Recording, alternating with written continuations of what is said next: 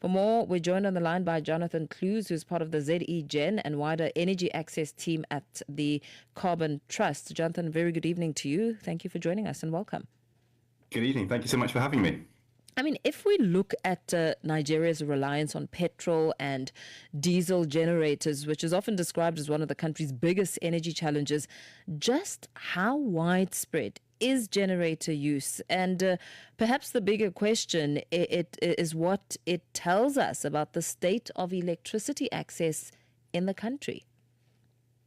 Absolutely. The reliability of the grid in Nigeria is very poor, just due to years of underinvestment and hugely challenging environmental conditions, and just an incredibly difficult market with a huge number of potential customers to serve. And blackouts and power cuts, they're incredibly frequent. They could last minutes, they could last hours, they could last days or even weeks, depending on where you happen to be located. And this isn't just a rural or an urban challenge. This is widespread across the entire country. And fossil fuel generators have really kind of stepped in because they perfectly fill that gap and that challenge. And that's how they've become so incredibly widespread. The total installed capacity of these small generators massively outstrips the total installed capacity of the entire national grid in Nigeria. That's just how reliant they've become. I mean, in Lagos alone, they're producing around 39 million tons of CO2 equivalent every year. That's 4 times the amount of CO2 that Rwanda is producing, and that's just one particular product in one particular city. Sure, those numbers are quite significant. So with many people associating climate emissions with large industries, but not necessarily with household generators, how significant is the environmental footprint of Nigeria's generator economy? Because the numbers that you talk of are really quite high. Absolutely, it's absolutely staggering the scale of it, and it's not just the carbon emissions. I mean, if you look at it on a per capita basis, Nigeria's carbon emissions aren't that high, but they're growing incredibly quickly, and demand for energy is going to continue to grow incredibly quickly. But there's also the pollution aspect of it, with high particulates.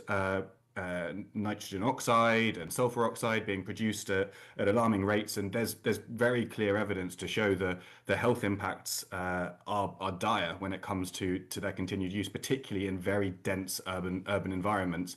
And then there's also the quality of life aspects as the generators come on, and the noise and the hearing damage that's created as part of that. So there's a huge climate challenge, but there's also just a huge quality of life and health challenge associated with it as well. Yeah, when you talk about the quality of life aspect, and as we look beyond carbon emissions, what are sort of the health implications of millions of people relying on diesel, on petrol generators on a day-to-day basis? Yeah, absolutely. I mean, the use of fossil fuel generators has been associated with around a 70% increased risk of lung cancer. Around 2 out of 3 users of fossil fuel generators suffer from hearing damage. And across Africa, there was around 800,000 premature deaths linked to fossil fuel generator usage. That is a huge challenge. And I used to live in Nairobi, and I distinctly remember when the power went out, which thankfully wasn't that frequent, but you would just hear the city come alive with just a roar of generators, spreading across the entire city as these backups kicked in, and it was a lot to deal with. Yeah, yeah. And solar technology costs have fallen rather significantly over the past decade. I mean, do you think that it's now looking at a point where solar generators can genuinely now compete with traditional fuel-powered alternatives when it comes to price and reliability to curb some of these health issues that you talk about? Yeah, absolutely. The cost of both solar and batteries has dropped by about 90% in the last decade, which is incredible.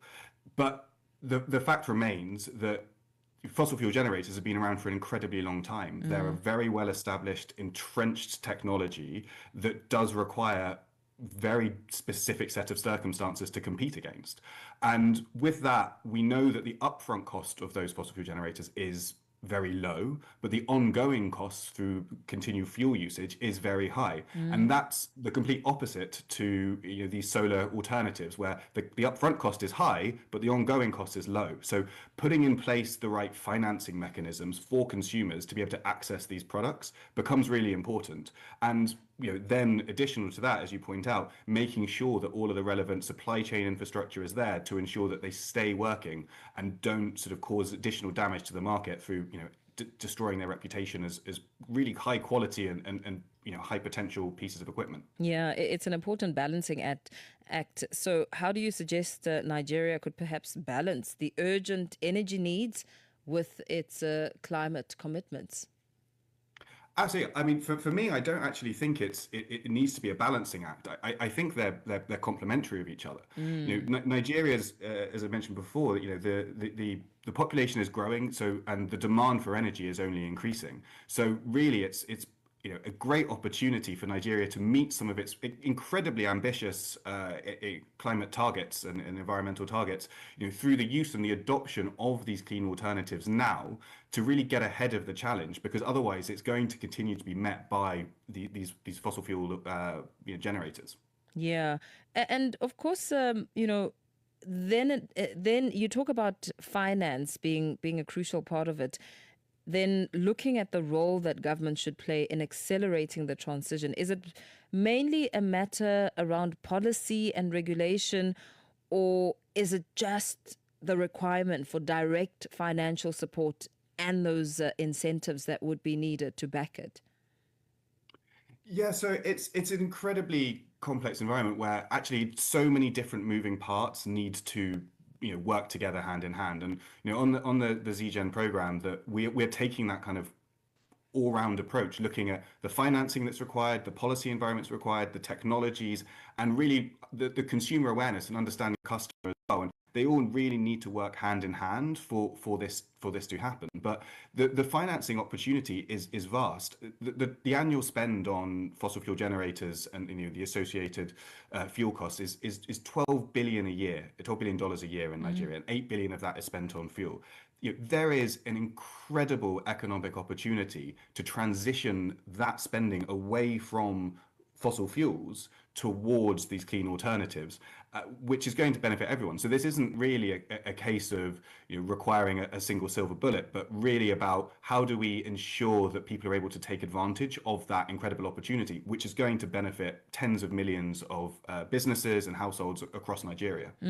What will the business opportunities be? I mean, there's a lot of the young population across the continent, is in desperate need of employment and all sorts of opportunities.